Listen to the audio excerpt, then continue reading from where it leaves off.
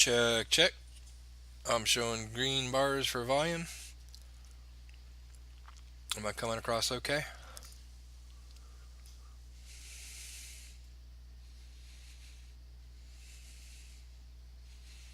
All right. Good enough. Good enough. So, some of you have dared to come back. Probably scared some people away. Because, after all, you couldn't go to the pitchfork in a chart and draw it right away. We're about in Virginia, Pete Mar.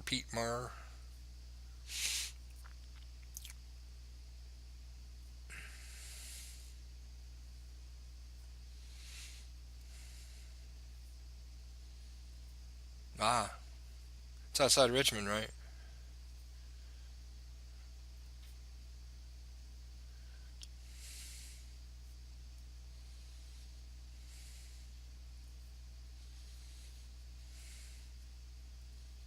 Oh, it is? Hmm.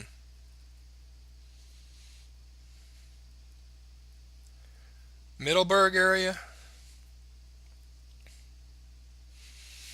Used to live up there.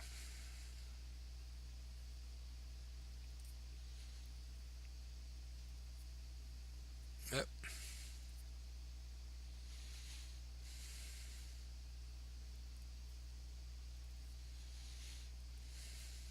Perth.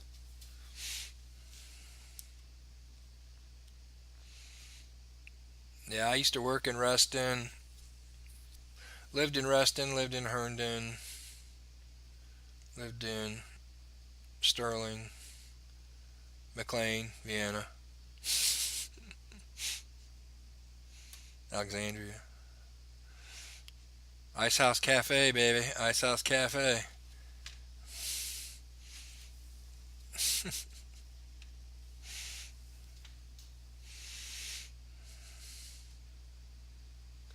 All right, pitchforks. So,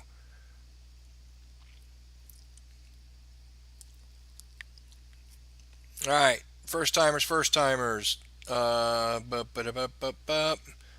quickly, take a shot of this screenshot, or take a screenshot of this picture, please, so you'll catch up on what we're doing, where we are, how to stay in touch.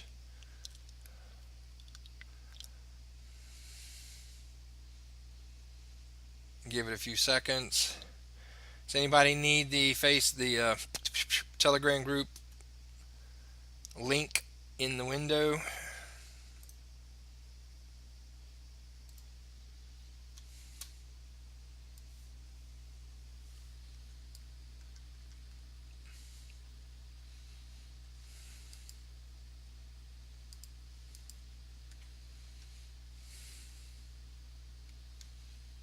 Wow, that's really funny.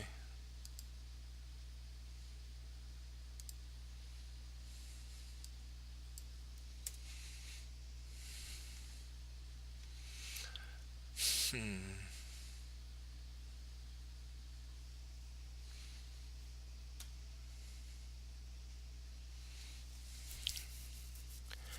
Well, does anybody have it handy? The place I pasted it to last night on my notepad is gone. It's really kind of bizarro. Make sure I just didn't lose it somewhere else. Yeah.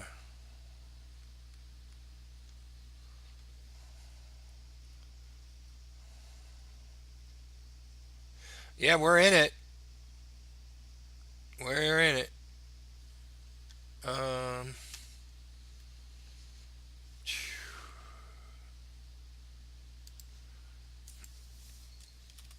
Let me see here. I find it the hard way. Uh oh. Dogs just came back from a walk.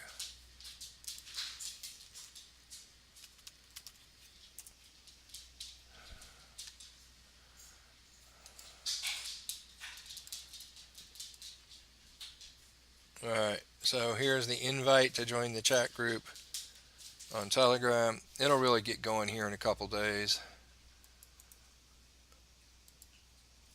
So worthwhile to be part of it as it gets growing. I don't know what a cross domain is.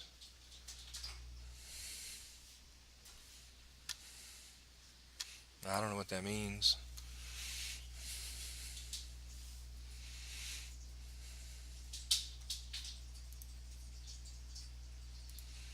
Should be good to go. Everybody's hearing me, everybody's seeing me. All right. So tonight I want to talk about the possibilities for pitchforks and scans and what we're really doing here. So let's think of a scan, and excuse my artistic abilities or lack thereof. Um, wow, Roxy, Sydney, hold on one second.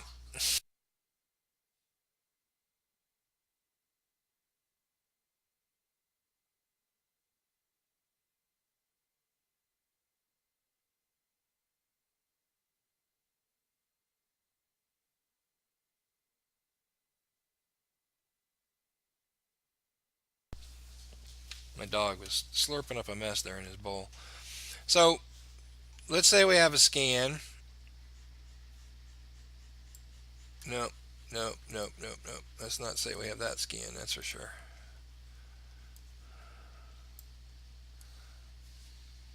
Nope, nope, nope. Make it smaller so we can get a little bit more distance out of what we're trying to do here.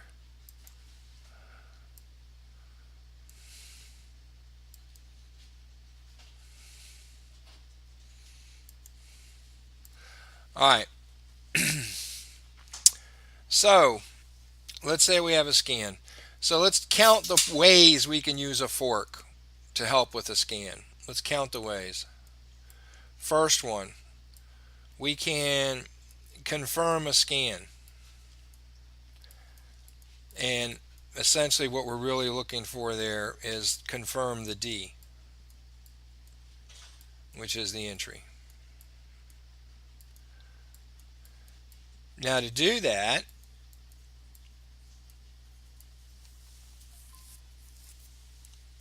our fork has to be there first. So in other words, well, I'll come back and explain it. Fork has to be there first.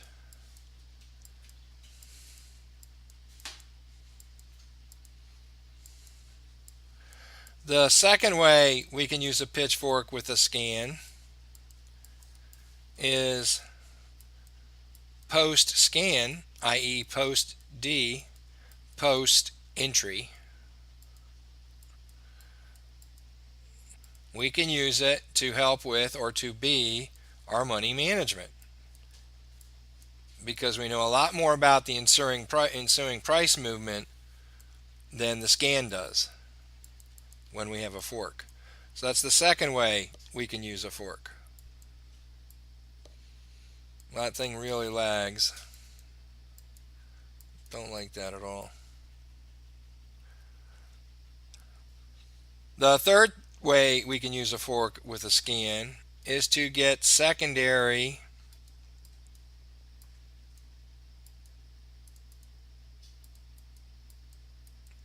and beyond additional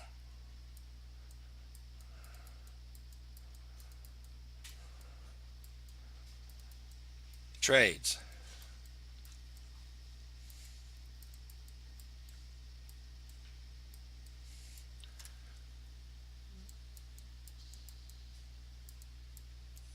From the scan fork.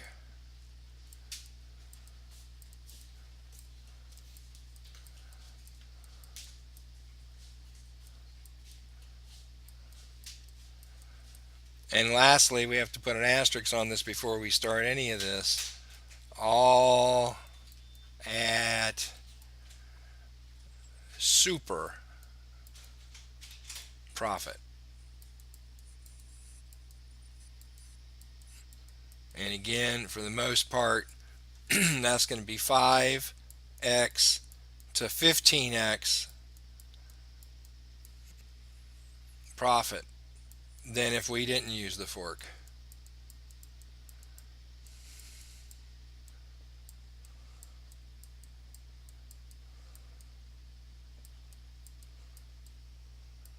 All right. Can y'all hear me? Check, check. Okay. Just making sure. Seemed like it got real quiet there for a second.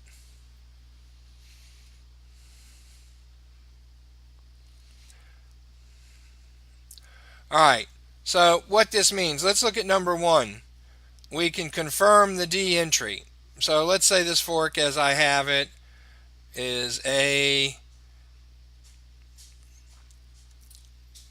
oops, X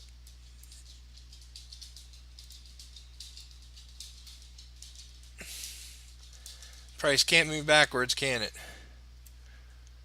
All right. X, A, B, let's say C, and D. So what we're saying is if we can see price in a general trend of some sort, not general trend, but in a trend, and it's doing its thing, and we could kind of look at it and get a glimmer for what it's doing in terms of just eyeballing that, and we say, gee, maybe there's a pitchfork there, and we put one on, you know,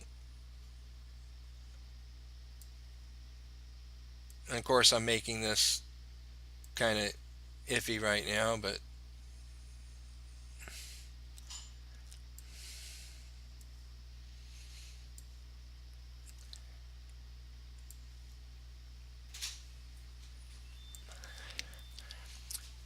and we put on, fork hadn't been painted, I mean the scan hasn't been painted yet, and of course we would start out one with a traditional fork, that's pointing up.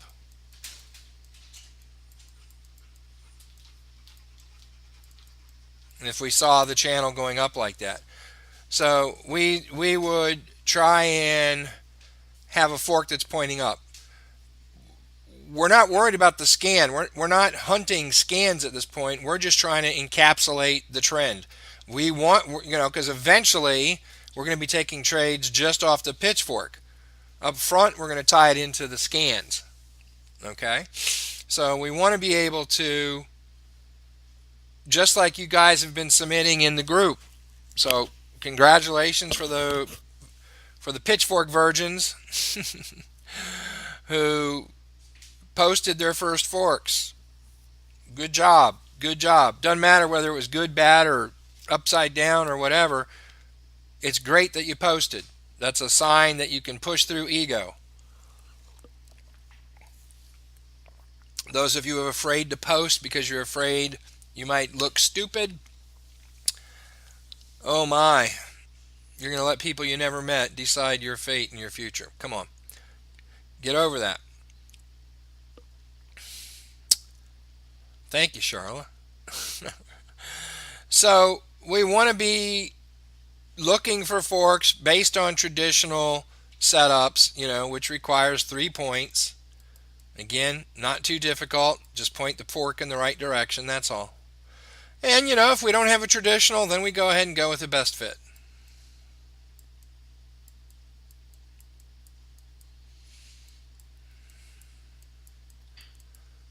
We'll get into the intricacies of shift and median and other kinds of forks as we move on.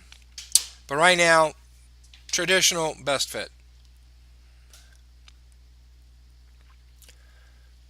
Now, if a scan appears, and of course we know the way our scanner works, it's got to go from, price is going to have to go X to A and to B and to C and 91% of its way to D before it paints. So it's not going to paint until somewhere up here.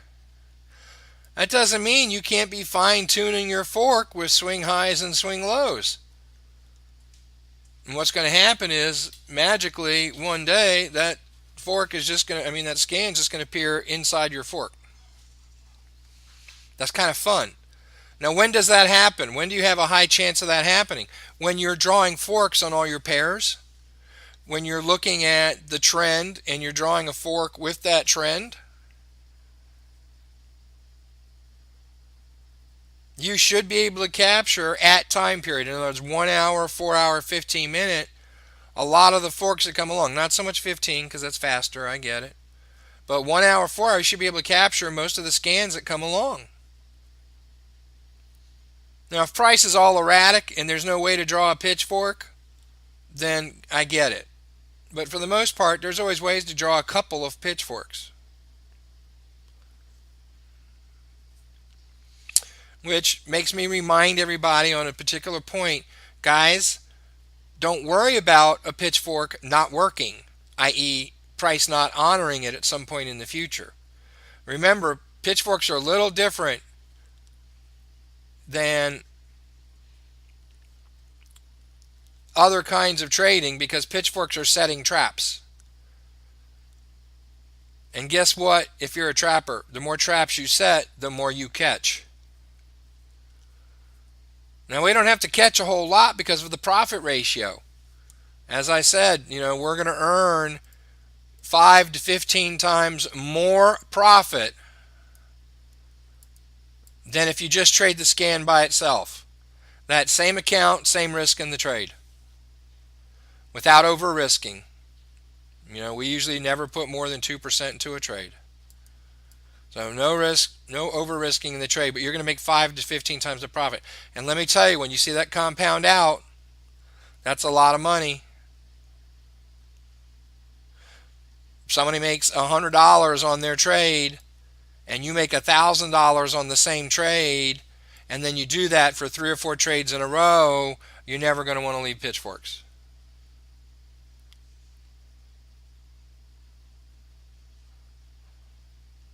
All right. So the first case is where we have a fork, the scan shows up. Maybe if it's a best fit, we have to adjust it. Maybe we don't. What are we looking for? We're not always trying to catch the entry. What we want to use is the elements of the scan, because all of these elements, all of these tips of the scan are full of Fibonacci-ness. And the more we move into the scan, the more Fibonacci-ness exists. Because now you're having consecutive ratios lock into each other. Okay? So it doesn't matter whether the D's here or not. That's just one way we can use the fork. If it happens to be that way, great. Don't try and force your fork to miss hits along the way just for the sake of catching your D.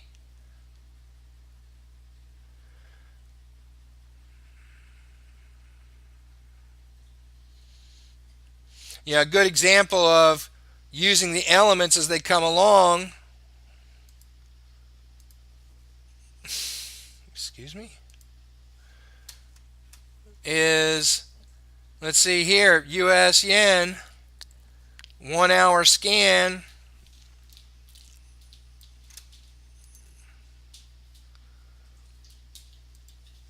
And you'll note this is a best fit where I just moved the fork to catch the A. Because guess what? That scan wasn't there. It was just a swing low that was there. And I actually had 2 forks. I had one with the A at the bottom, and I had one with the C at the bottom.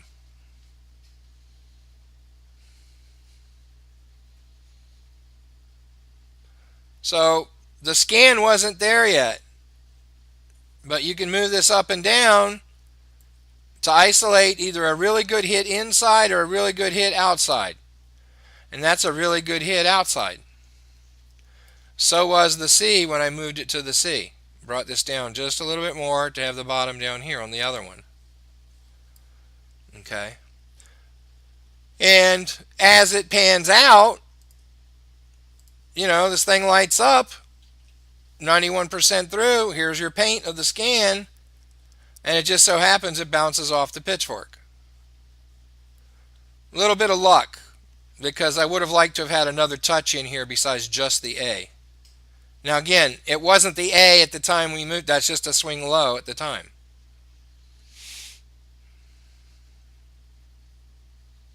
Okay. So this is a little bit using it to set a trap. And in this case, it would have been a trade trap because we could have taken the trade. But it's not always going to be the trade entry. Okay, and that's okay. What are we really looking for when it's not the trade entry?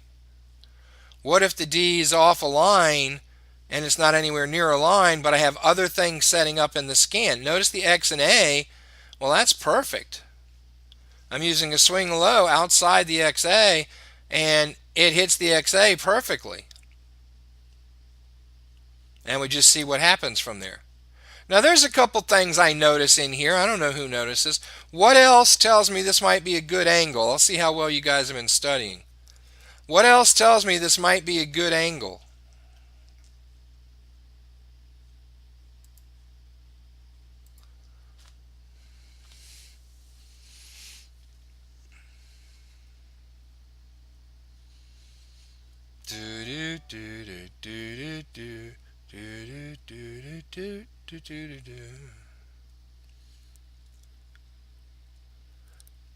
Well, BC's outside the fork.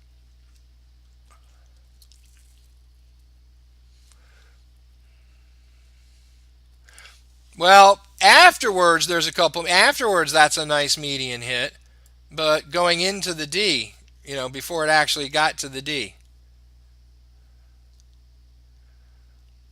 What's really nice about this is something you always want to look for on all elements of the fork, is when you pass a major barrier and it comes back and checks it. So notice price makes a very impulsive move here, goes right through the median, comes back and checks it. That right there is a very strong trade. So that would have been a pitchfork trade into the D.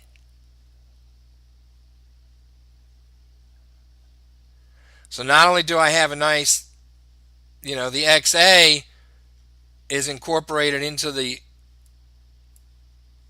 angle of the fork, I get this test. There wasn't a whole lot else. There was a little resistance here, but that's the TP target. That's not the median itself. That's not a good median bounce there. There's places where an experienced fork trader can see a few hesitations. There's a little hesitation there. It comes back and checks it a little. There's a candle close and resume, opens up and takes off right there. Of course, we have this one down here. But with the A and then price just zooming through that median like it's a hot knife through butter, comes back and checks it to the pip, that becomes a trade entry. And guess what? While everybody else is waiting for the scan to paint, see, the scan hasn't even painted yet. Well, everybody else is waiting for this. You're making these pips until the entry. And that ain't too shabby when you look at the pips.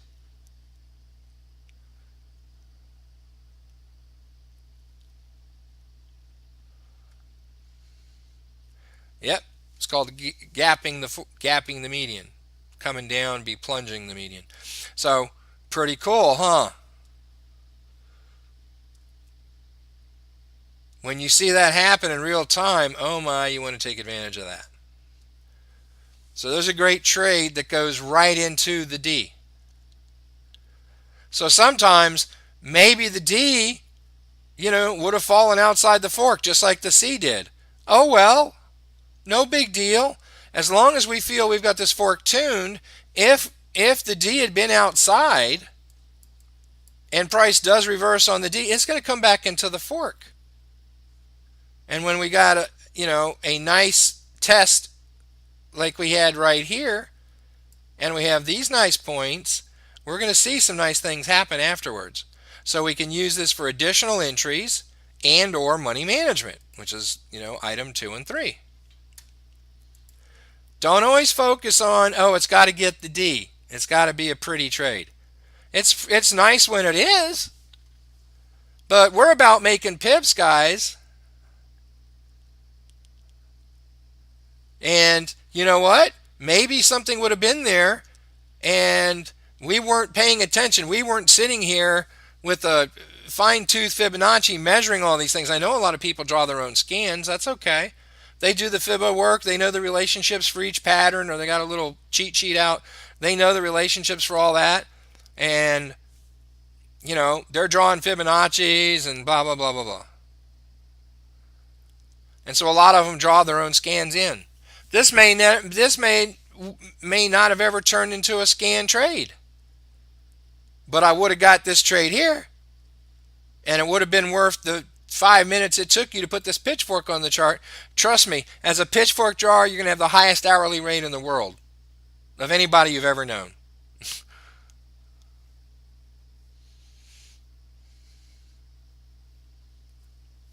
I haven't talked about money management yet. I want you to understand the uses for a pitchfork. I want you to understand when you go to the charts and you're drawing a pitchfork, now that you know how,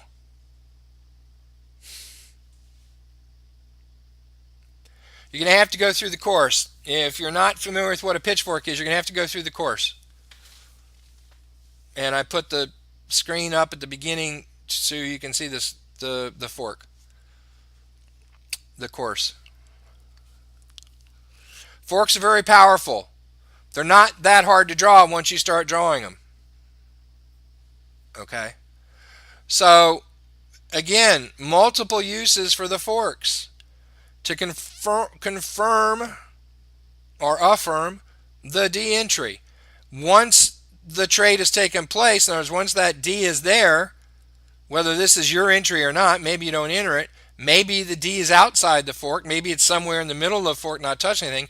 If the fork has good hits into it, it will be good for money management even if it didn't identify the D. And then once it's good for money management and it's got multiple hips, it's going to give you secondary and additional trades based on that fork. So 3 good uses for the fork in terms of its relationship with the scan. Any questions on that?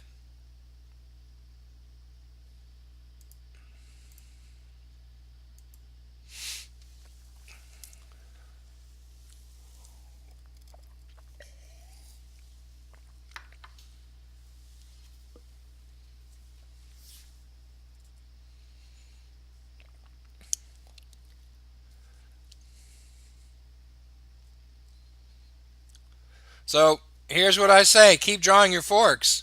Those of you that have gotten past your first and your second and you've withstood the criticism or the help that you might have received, then you're good.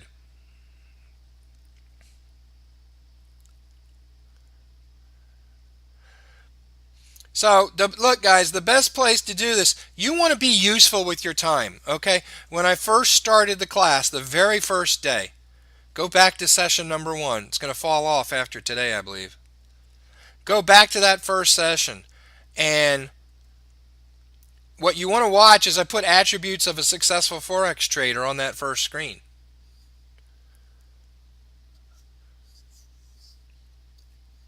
You're going to have drive. You're going to have a big dream. You're going to have passion. You're going to have belief. You're going to have to do daily self-development. You're going to have to be a little bit MacGyver. You're going to have to be a little bit explorer.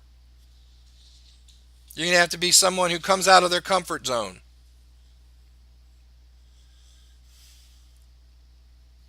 IML has to be uppercase, Wes. That's probably why. Yeah. See, you guys, you have to understand something. When you come in here and say it doesn't work, we've already had 400 people that proved it does. Just letting you know.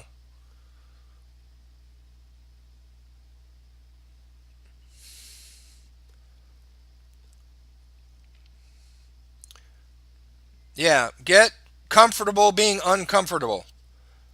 All right. So you're going to have to push yourselves. You're going to have to persist without exception. Andy Andrews rule number 7, decision number 7. I posted that the other day so you could download it. The best Fibonels are the ones that are giving you hits. How's that? For a traditional pitchfork right out of the gate, there, Tim's put it in there, you can use quads. There's 2 sets, 25, 50, 75. You can put 38, 50, 61, 8. Those are the ones I would run with most of the time. But as your fork matures, as you move down the road, you could rotate through the Fibonels and see which ones make more sense. Now, as you hang with me, the name of this class is Scans, Forks, and Fibos. We're going to get to Fibos. I'm going to show you Fibos you've never even heard of. And I'm going to show you them making trades, which you're going to kick yourself for not having understood why you didn't know about them sooner. So anyway, you're going to have to persist. So what does that mean? A little bit of MacGyver, a little bit of Explorer. You got to have the big dream. You got to push. What that means is if you want to see a bunch of forks really fast, go to our Facebook group.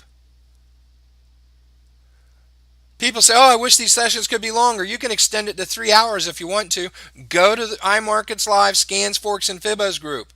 You'll see traders who posted forks. You'll see experienced, coaches in my team, Tim, Steven, Theo, and others will help you and have helped traders already. Hey, you got it pointed the wrong way. Hey, make sure the lower pitchfork corner, actually touches on a candle wick. Hey, make sure the touches are to the pip on your movement of the angles. Hey, don't get used to circling everything on the chart. We only want to circle the absolute to the pip touches. I mean, guys, don't come to this session wanting to be fed with the silver spoon. Come to this session looking to get clarity on what you've already learned. So we have a Facebook group. It's called iMarkets Live Scans, Forks, and Fibos. It's on that first slide I put up.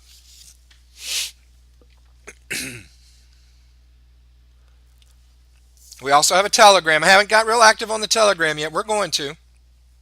Yeah, thanks, Tim.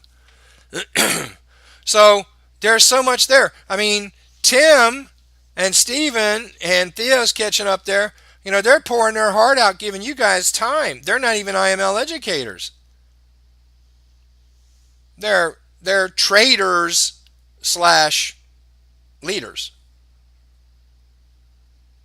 And they're helping you. It doesn't matter you're not on their team. We don't care.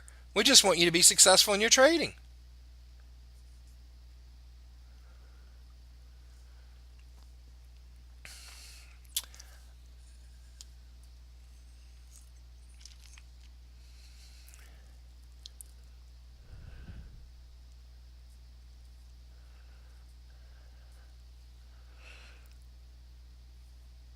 All right, so there's a good question. I like that one question. How do I get scans to appear on TradingView?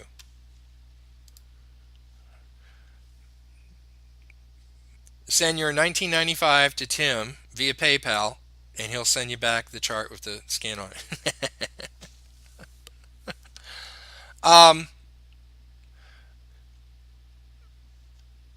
And so let me see. What is this? This is the US yen. Oh, I already have one here though. Hold on.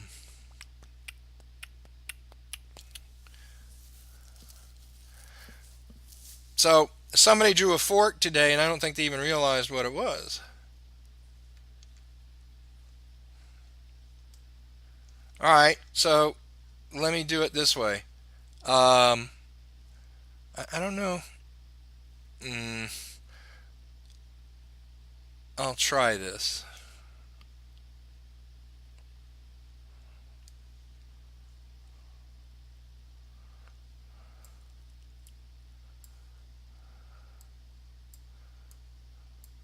I'm moving the fork instead of the whole page. That's not nice.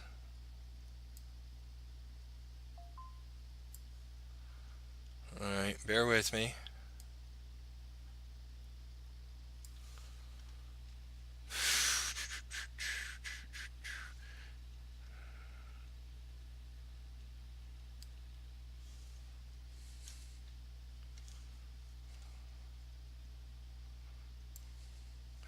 No, don't do that to me.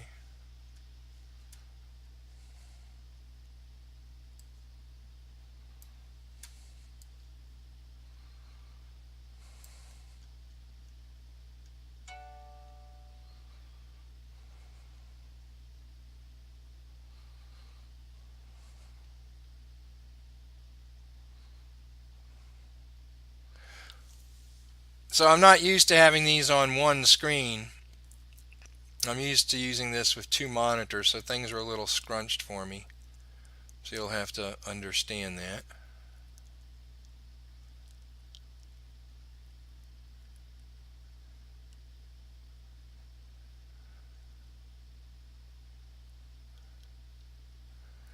Alright, so the question was,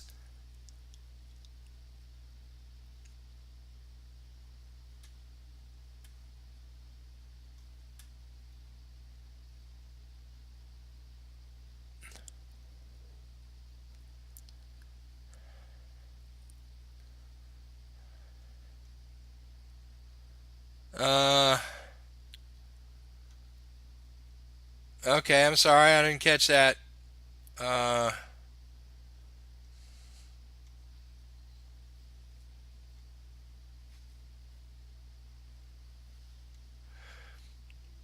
well, it appears on the web scanner, appears on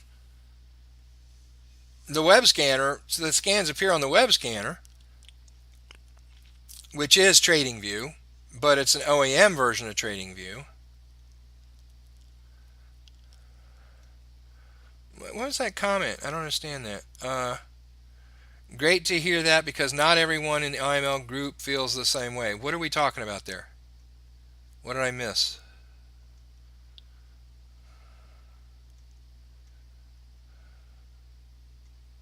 Oh, okay.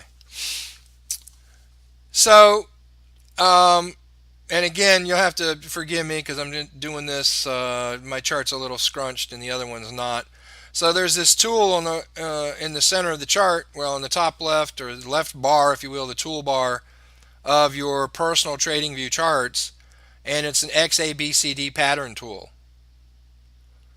And so all you do is look at your scan and look at your charts and make sure you line up the points the same, and you can then draw, as I'm just doing here by clicking.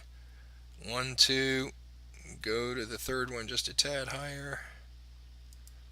Down, it's actually at our fork corner, and then up to the top of our fork there.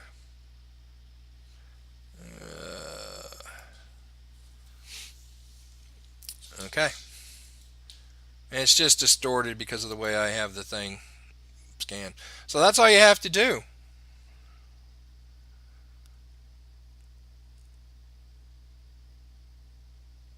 That's all you have to do. So you can copy the scan over using the ABCD tool, and now that scan is on my charts. Why is that a good thing to do? Just based on what you heard tonight, why would that be a good thing to do? Why would I want to copy it over to my personal charts?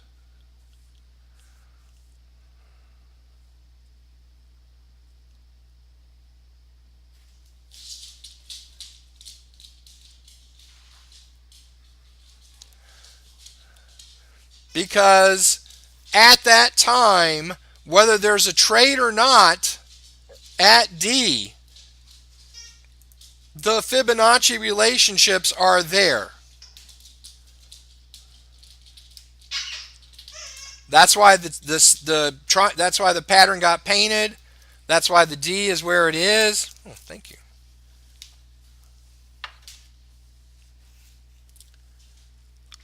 And guess what happens on your scanner if price actually just continues to go up a little? Because forks have a lifetime warranty. I like that. What happens to your scan when price runs up, i.e., if it overruns the stop loss? What happens to the scan on the web scanner? The scan goes away. Exactly. But aha, I have it on my charts.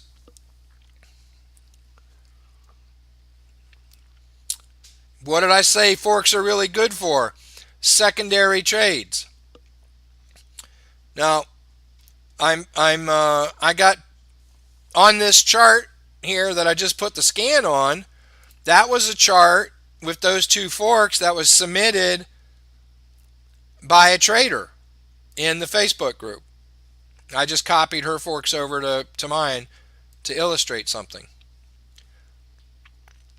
So I don't know. I don't know if you saw that one, Tim. Did she note that the CD was a scan, or did she just pick? I don't even remember who it was right now, or did she just pick that randomly, not knowing it was a scan? It was the CD run was a good run to pick to draw a pitchfork on.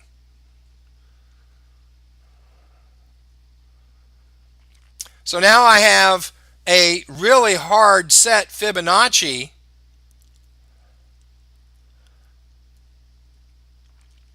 based on that, based on that swing. Those are really good points. So, not too hard to copy it over. That was a good question. Very good question.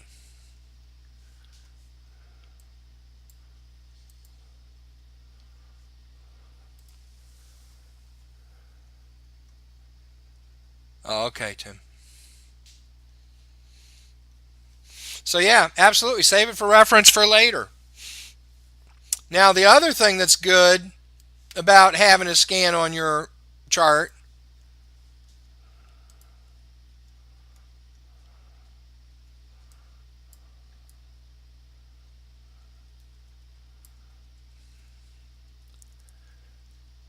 is you may determine that one or both of the, in this case, swing highs, and I would include B, C, and or B and D and X in here. They might have some history in terms of support and resistance. History that you're not going to be able to go far enough back on your web scanner. So there may be history here in terms of these repeating, the X, the B, the D, and of course the A and the C, but if we're looking at the high side, the X, the B, and the D, for them repeating some support and resistance levels. Like that D is pretty strong. That D is what caused this pretty aggressive move down to come to a screeching halt.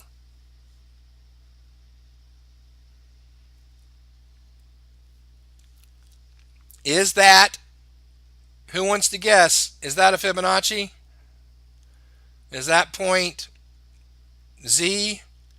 You think that's a Fibonacci pullback?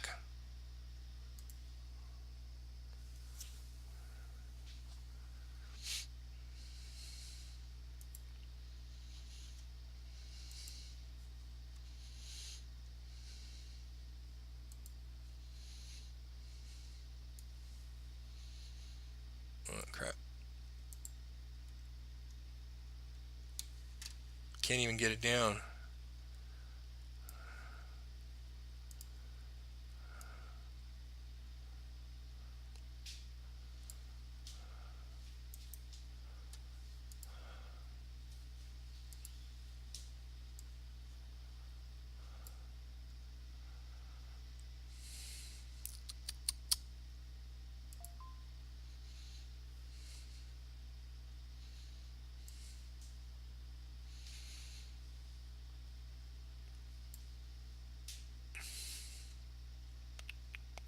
Gotta find a space. Just throw something randomly in here. I'm not gonna go that far.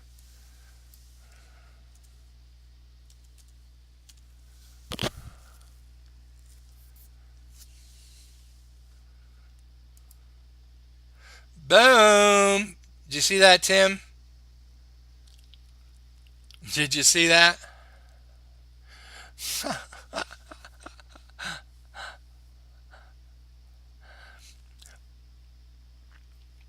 So 685 is one of those numbers I told you probably never heard of before.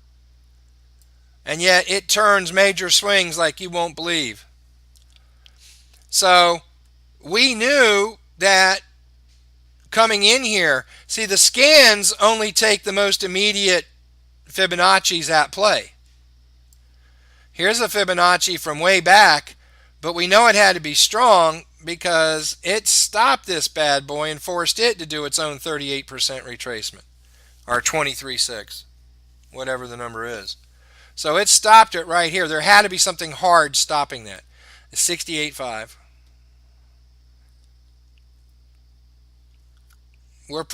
Our team's probably about 1% of all Forex traders that know about the 685 and its attributes. So we have that line there. So now as the CD is making its move, we have a little bit more validity, validation for why that thing may turn there, just like it did. And that's a Fibba that comes in, obviously this is a 60-minute chart and I zoomed way out, so this is more like a 4-hour, 8-hour chart. Even though I'm still on a 60-minute time frame. But that's 685, that's where our D was. And guess what? It ain't going away no time soon. It's going to have some force into the future as well. So that's why scans are powerful. Don't just think they're magic because they look like they're created by magic. Okay?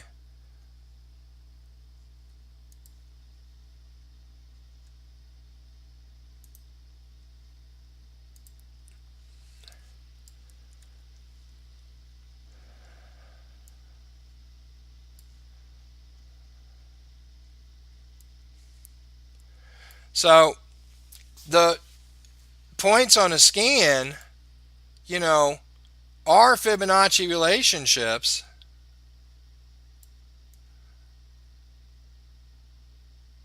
And they're not isolated. They're going to have some value, at some point in the past. And they're going to have some value at some point in the future, too. Whoops. Regardless of where they occur. So once again, I don't care what you're trading. I know you're interested in zones that can potentially reverse price. Doesn't mean all of them will, but, real strong one again there too. Your B turned around price in front of the scan another time. And then the C and D. So once this scan is long gone, I have nice little zones if I can draw.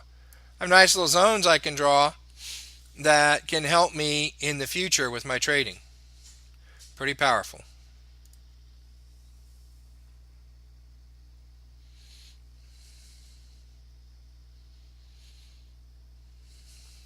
Pretty powerful. All right, scans, pitchforks to confirm the D. That fork has to be there in advance. You should be drawing your forks every time you have a swing high, swing low reversal. You should draw a new fork. One of them eventually is going to hold the trend for a while. If you have a fork that's essentially holding the trend and there is a scan, the scan's going to interact with that fork. That's called money. Now look, people leaving the room, people afraid to come back. That's too hard. It's too hard. Just remember this reality, guys. Go back to trading the way you are. Make your 100 pip trades while your buddies in here are making 1,000 pip trades, $100 trades, $1,000 trade. Every time that trade comes along, you'll go back to your old ways and you're making $100 per trade and they're making 1,000. Let's get 10 trades down the road. They got 10,000 in the bank. You got 1,000. Let's take another 100 trades at the end of the year and they've got 100,000 a year, 10,000. That's why it's worth the time to learn.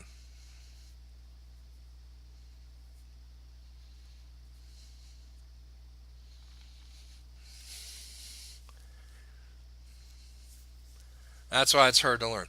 All right. So scans, pitchforks in advance, the scans will show up in them. If a scan shows up on your chart, you can put a pitchfork on the scan, just like that one I showed that somebody had submitted to our group, and use it to say, hey, these values, this particular swing high, swing low was significant because it was the tail end of a scan. The Fibonacci values in those lines that are drawn based on that scan are significant. So, for additional trades and for money management, here's the other reality about this. Just like I showed, we caught the halfway from the C to the D. So, here's your buddy trading the old way. Here you are in the new paradigm, same trade, same account balance, at least until you make your first trade. Now you're starting to smoke them.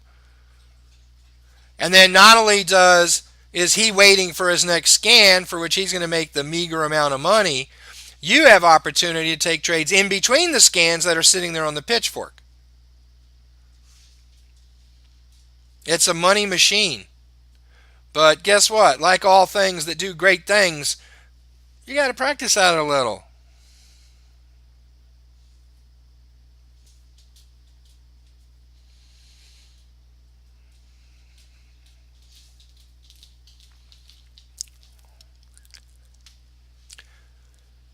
So,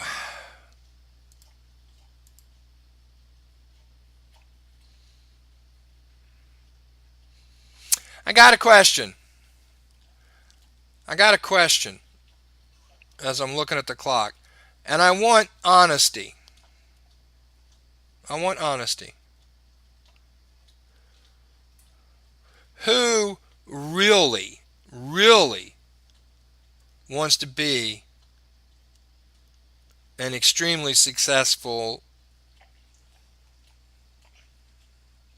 trader?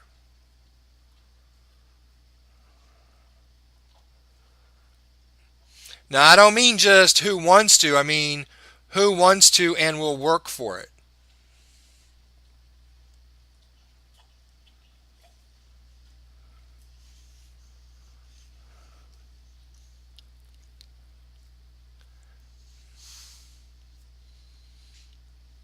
Because I'm thinking if some of you really do, we might do a third night.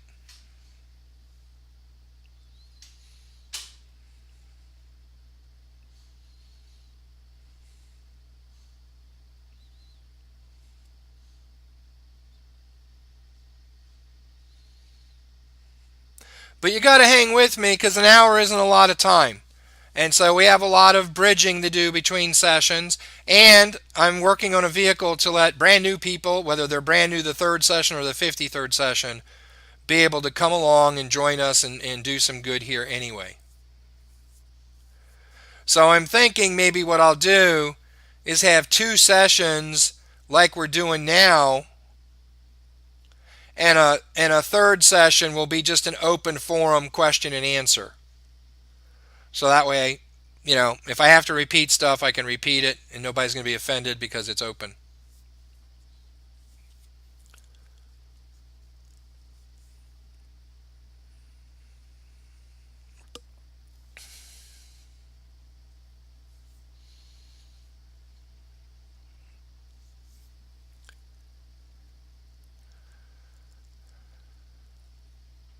Yeah, the Facebook group is really powerful. It's not your typical Facebook group because, there is really strong coaching. I belong to a few groups, in the online world that are really strong like that. You know, um, where there's just a lot of good dynamics back and forth. MLSP, they're really strong. I'm in a Ray Higdon group, that is really strong. So, but I'd get in that Facebook group. Now, look, don't abuse it. Don't abuse that Facebook group. Don't come in there posting 20 forks a day. Okay, that doesn't help us or help you. You know, let's get some first forks in there. And the first thing I would recommend, if you're brand new to that group or you haven't posted your first fork yet, scroll through the forks that have been posted. There is money in what's already there.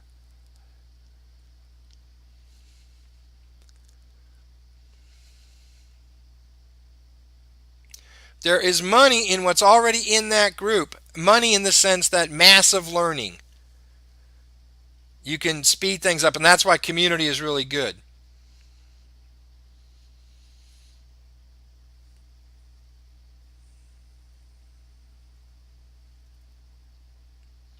You'll learn.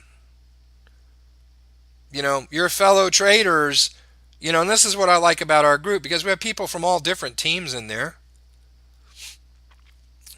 Yeah, I saw Tim answer a question from somebody earlier in the group. Yeah, our team works. Our team lives at that site, but other teams are there. We never closed the doors to other teams. It has nothing to do with cross recruiting or any of that crap. It's just there to help people. I don't even know what team you guys are on. It doesn't work that way. You don't come in and like, oh, that's on so and so's team. It doesn't work that way. You're a Facebook name. It has nothing to do with IML. So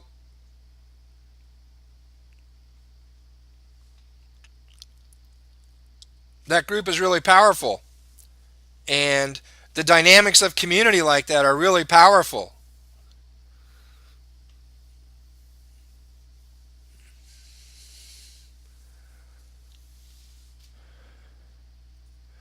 Yes, trade calc is done, and I just got delayed today from getting the video done for it.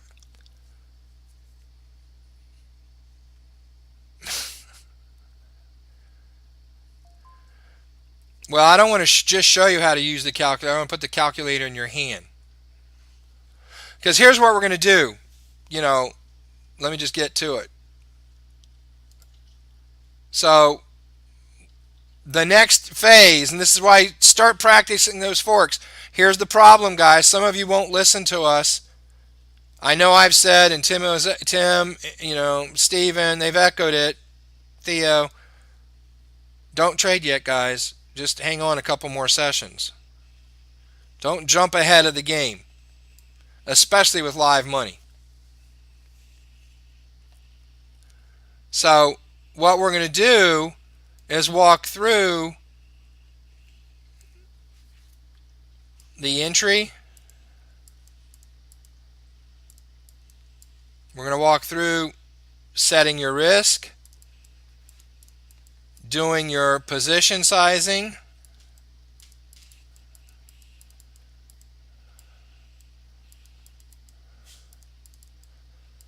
the entry, and then the money management inside the trade all the way to the exit.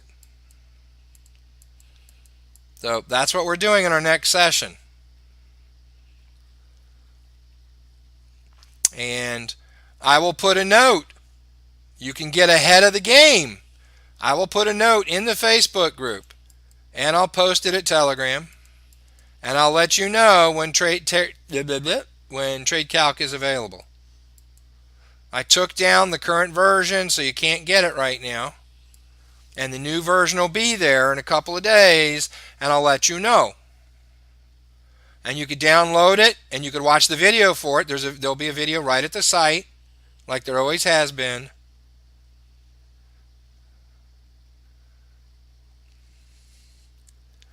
Yeah, because I'm gonna have to go to the powers that be and get them to add one. But that's okay. You'll have work. Look, you got lots of videos to watch and rewatch. You've got the Facebook group to scroll through, to read and the nice thing about what you'll see me and Tim and Steven do is sometimes we can just do it with a word, or a comment. If Tim sees, a move like this, Tim's going to say, hey, move the swing low of your fork to meet the lowest point of the wick. All right. So he could do that with just a comment. There's other things that I've seen or Tim has seen or Steven has seen, and our comment includes us going to our charts, finding the swing high, swing low you did, putting them on our charts, and then showing you maybe a little bit better way to do it. So there is a lot of work in responding to these questions, right? And we do that. You'll see it. And so that's why going back to that Facebook group is very powerful, because you'll see when it takes more than words, when it takes an additional chart, Tim will post it, I'll post it, Steven will post it, and others will be too. We've got some team leaders coming up that'll be helping coaching in that sense.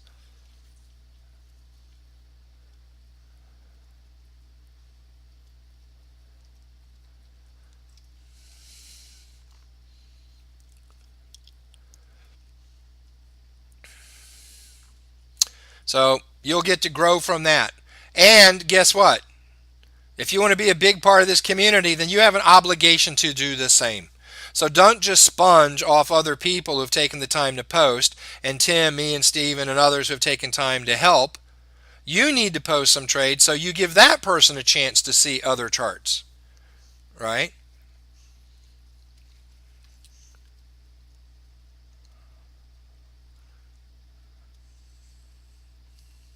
We'll get to harmonic wave convergence several weeks down the road. We'll talk about some of what it is. All right, so we'll get into the actual trades come Monday. A lot to do between now and then.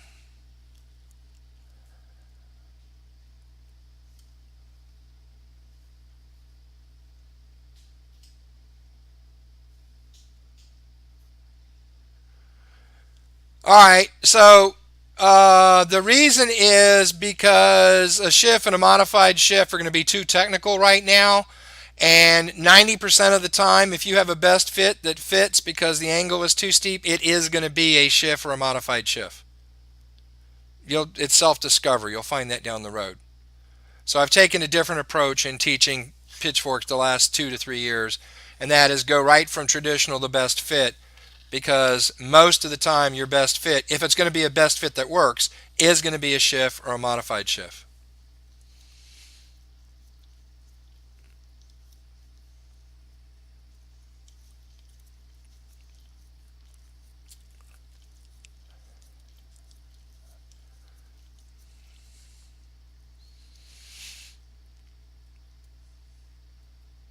So we'll get into entries, we'll talk about money management, but here's the thing. I'm just going to press upon you this as we close down. We don't force trades. There's plenty of forks. They have so much profit in them. Remember, 5 to 15 times the profit. You don't need to be desperate for trades. When you have a pitchfork trade, it will be good.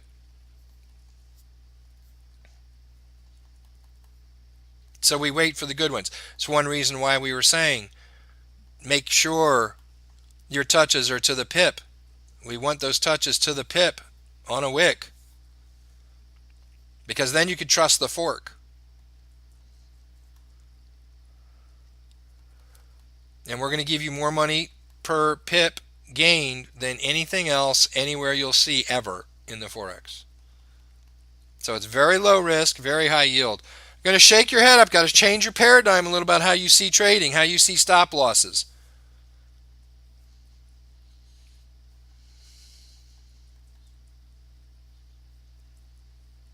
Let me ask you a question.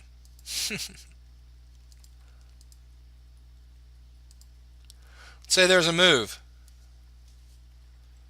Ugh.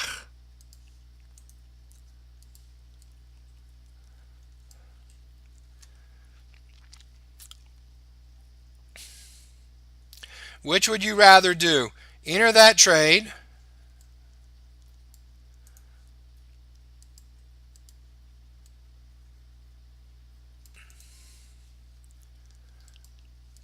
and have price reverse on you and stop you out,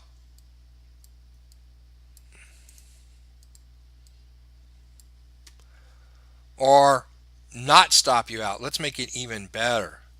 Ooh, not stop you out. Watch this. This is why I say, what else do I say takes a good trader? They have to do math. Don't let that go, I've never been very good at math. Well, you might as well quit now. Sorry.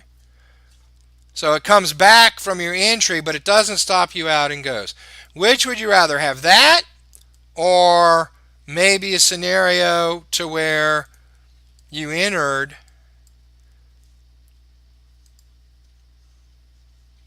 and immediately got stopped out and it looked like it was turning around again and you entered again here. Now these aren't random entries, but I'm just saying this is what happened, and you got stopped out, and then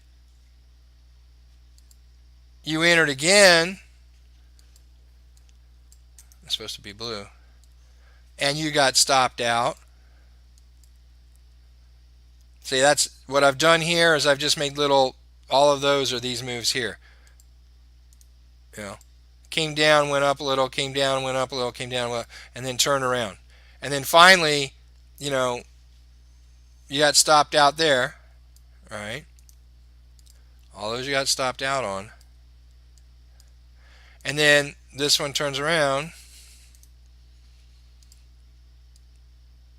you know, and you entered again. Let's make this really fun. And now it goes up. Which trade would you prefer? 1 or 2? No, you're not moving your stop. Those are separate entries. Stopped out each time.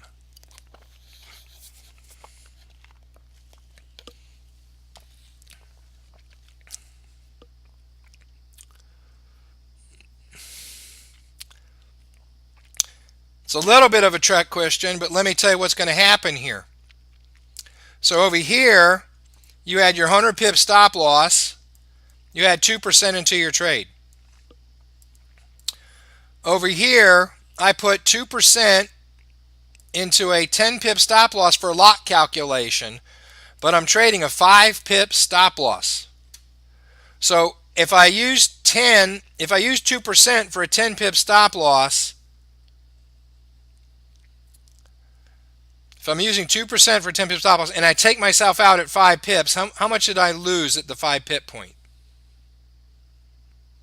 How much did I lose?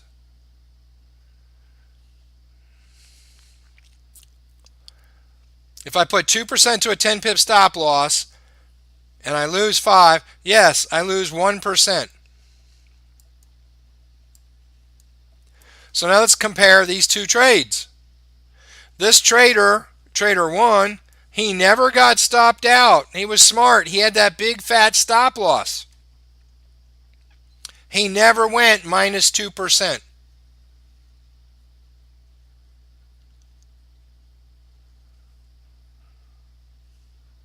Let's say this came all the way down to minus 90. He might have been sweating some bullets, might need to change his shorts 2 or 3 times.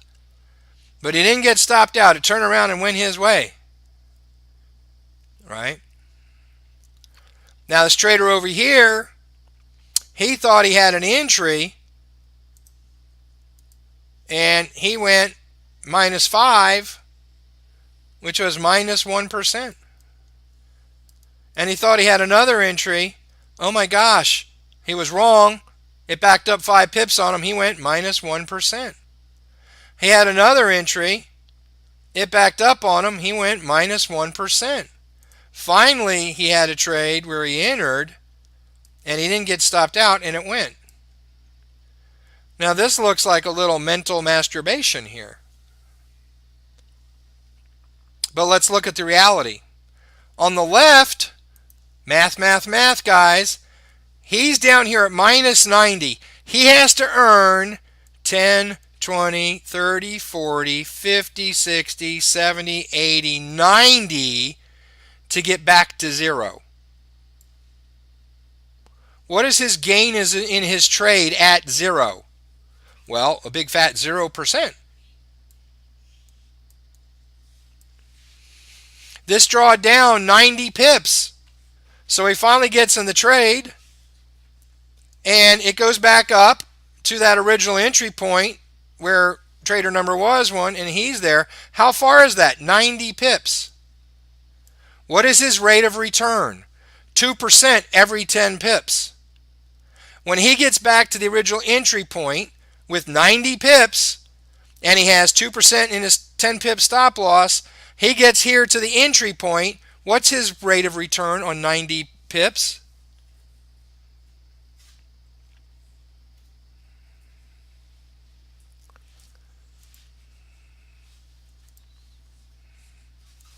%.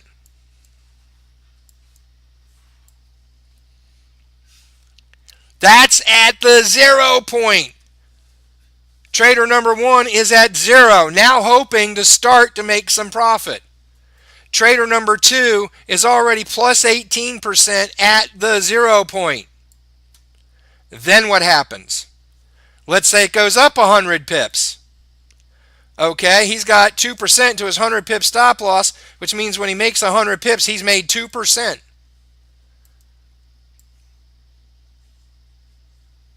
This goes up 100 pips over here, same 100 pips.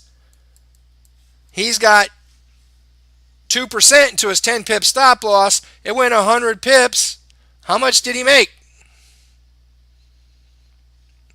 20% from the 0 point.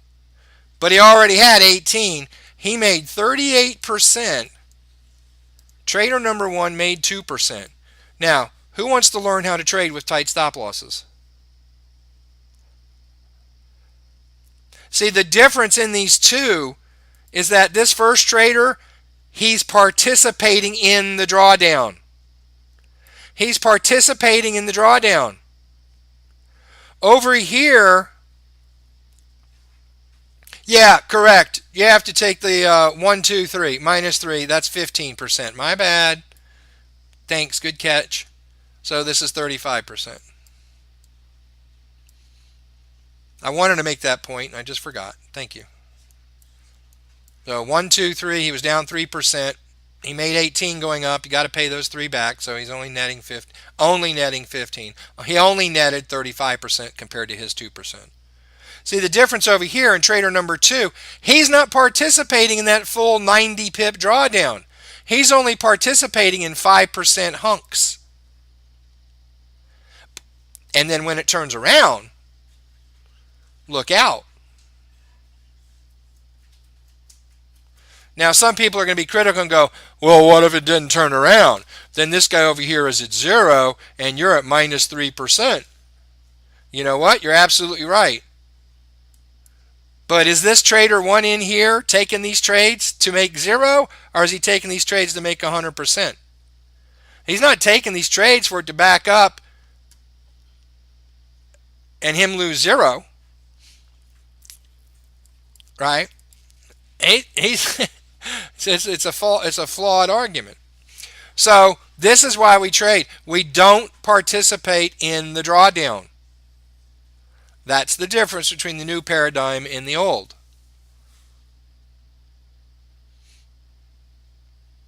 We don't participate in the drawdown. The fork is either in or we're out. That's it. We're done. We're either in or out. We're done. So you're not going to have drawdowns here. You will, but they're going to be microscopic comparatively.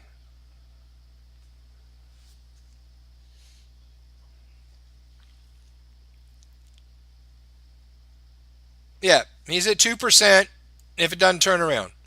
Well, we could only use the same mark for both traders. What if this turned around and he took us out, and what if it went to the next target? Doesn't matter. The bottom line is at the 0 point, he's at 0. This guy's already at 15%. And then as we move forward, he's making 2% every 10 pips. This guy over here, he doesn't make 2% until he gets all the way up to 100. That's when he hits his first 2%. So if it draws down sooner, This guy advantage.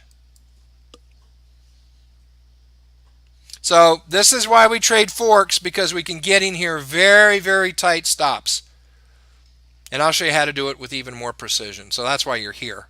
It's a new paradigm. It's worth it. It's worth it. All right. Tis Wednesday night. We're over. I'm going to talk to the powers that be and see what nights make good sense. Remember,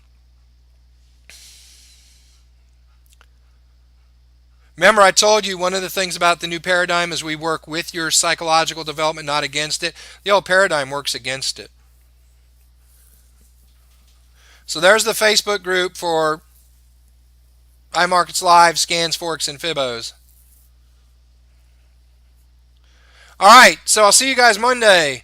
It is a weekend coming up. 2 more days, 1 more day, depending on how you view your weekends, and whether you're down under, you're already into Thursday. But we got a long ways to go. We've already covered a good amount of ground, though. And so for those of you that are pushing, if you really want it, we're going to make it happen for you. We're really going to make it happen for you. But you have to push it. All right. So I'm going to sign off. And always, for those people you care and love, let them know you care and love them. I love you guys. I'll see you on Monday.